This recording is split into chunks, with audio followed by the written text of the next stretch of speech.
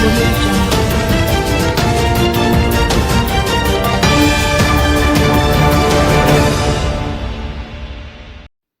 3 killed in motor vehicle crash.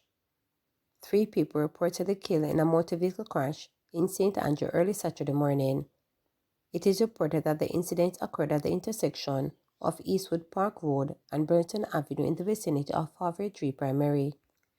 Delano Daly, a recent addition to the Tivoli Gardens Football Club, is among the 3 people who died in a motor vehicle crash early Saturday morning. The football club confirmed Daly's death in a heartfelt post to its Instagram page while sending condolences to the player's family. It is with profound sadness that we announce the tragic loss of our new addition formerly of Waterhouse Football Club, the talented young player Delano Daly, who was taken from us soon in a car accident. Our Tivoli Gardens family is heartbroken and mourn the loss of this bright and promising star. Our thoughts and prayers are with his beloved ones, friends and teammates during this difficult time. May Delano's memory live on in our hearts, and may he rest in peace, Tivoli Gardens FC stated. The club also confirmed that the footballer's sister and cousin were also killed in the tragic accident. We extend our thoughts to the entire family, the Instagram caption stated. Body of woman washed away in river found. The body of a woman who was washed away in the Wogwater River in St. Mary on Thursday has reportedly been found. The woman, Kristen Steele, was reportedly found in Flynn River in the parish, about 6 miles away from where disaster struck 2 days earlier. Steele and her friend Omar were washed away when heavy rain sent the Wog River into space.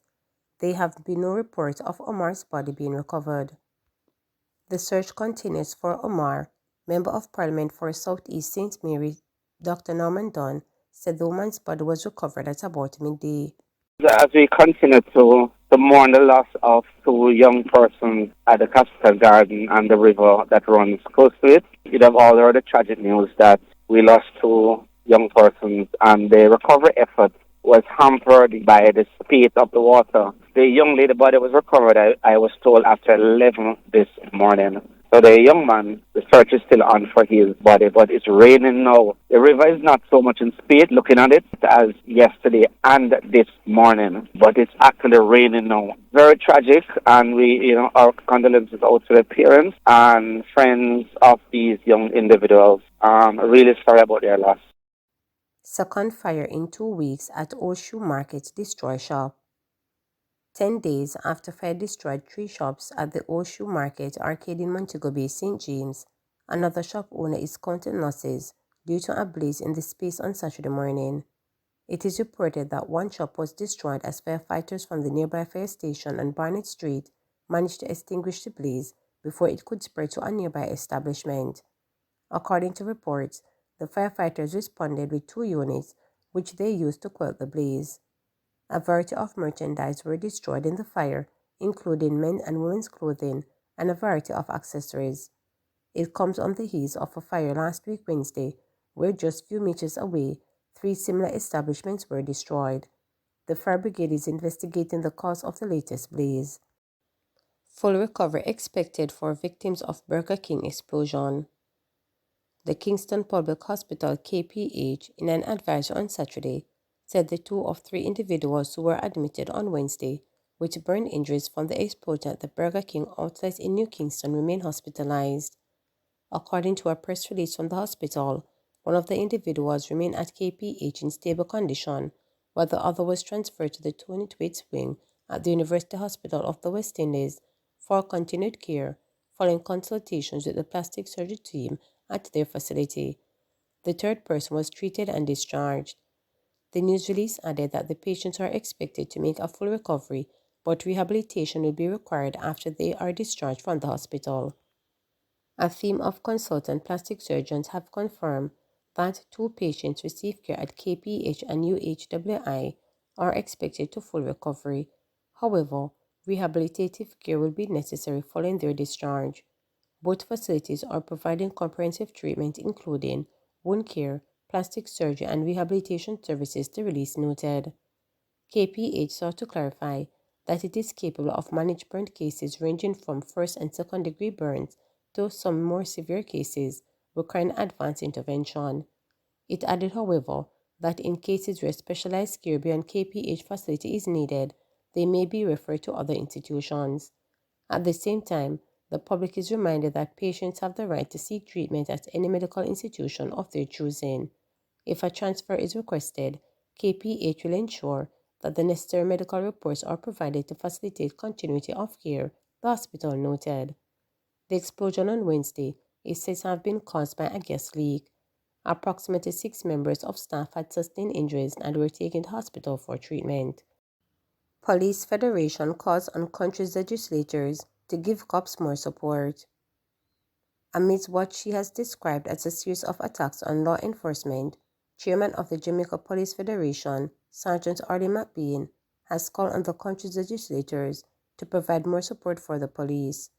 She made the call while speaking at the Thanksgiving service for Detective Sergeant Kevin Main. Sergeant Main was shot and killed at the Halfway Tree police station on July 22nd by a businessman who had disarmed another cop. The businessman, Deon Singh, then turned the gun on himself and was said to have also been shot by at least one of the Main's colleagues.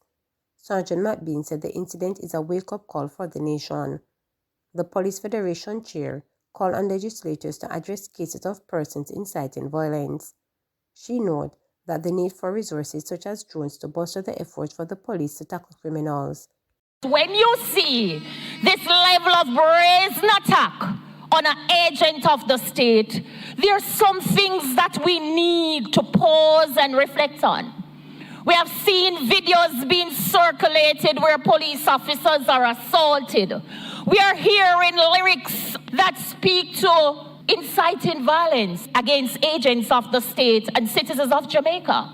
I have listened to one recently where there is an explanation about the beast, about the police with the speeder gun. But I can tell you, colleagues, ensure that you stay alert, stay equipped, look out for the beast, the dragon or the cow.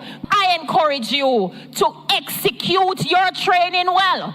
You have the full backing of the Police Federation to do so.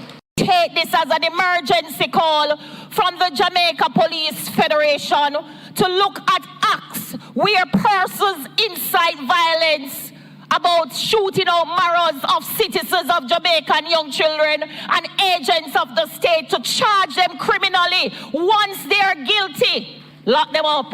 Because if we don't do it, we will stand on platforms like this and talk and talk and talk. We need back Jamaica.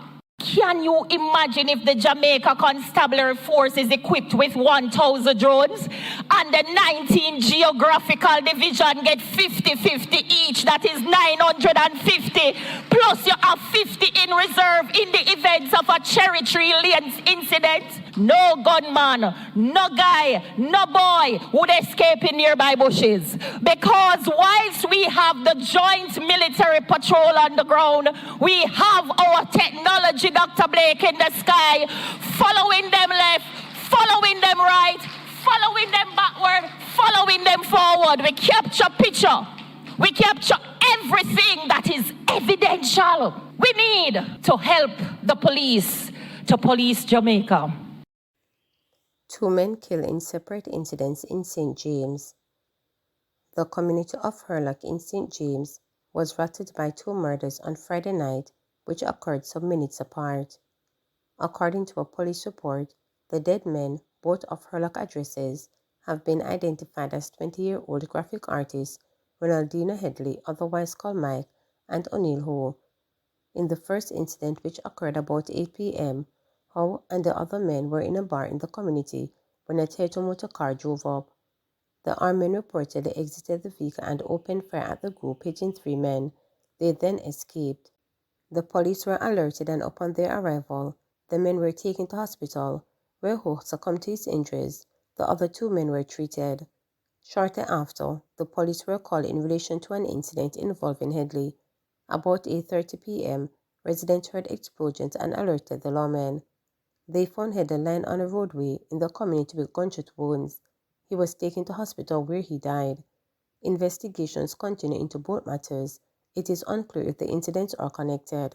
Remember, to subscribe, like, share, and click the notification bell for daily updates.